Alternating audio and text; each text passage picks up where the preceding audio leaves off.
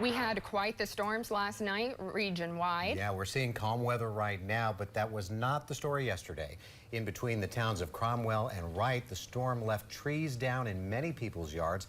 That includes the Hakamaki residents. They were watching the news and paying attention to the storm, but around 5:30, they made the decision to head into their basement as sirens sounded. They also called family nearby who needed a basement to shelter in and had them come on over.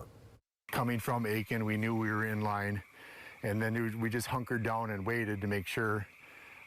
We have a generator and that kind of stuff, so if power goes off, we have that. The group stayed in the basement for 45 minutes before heading upstairs to see what had happened, finding snap branches and a 50-year-old oak down that nearly fell onto the house. Hakamaki says he has not seen a storm like this in more than a decade. Thankfully, no damage to the home or any injuries.